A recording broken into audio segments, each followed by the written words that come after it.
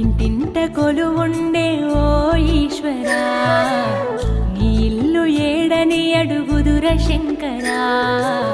జగమంతా నీవే జంగమా, జడలో కొలువుంటది గంగమా. ఏడేడు లోకాలు ఏలేటి సామి ఏందయ్యా నీ మాయిలా, ఆ త్రిలోకాలనే తిరిగొచ్చటో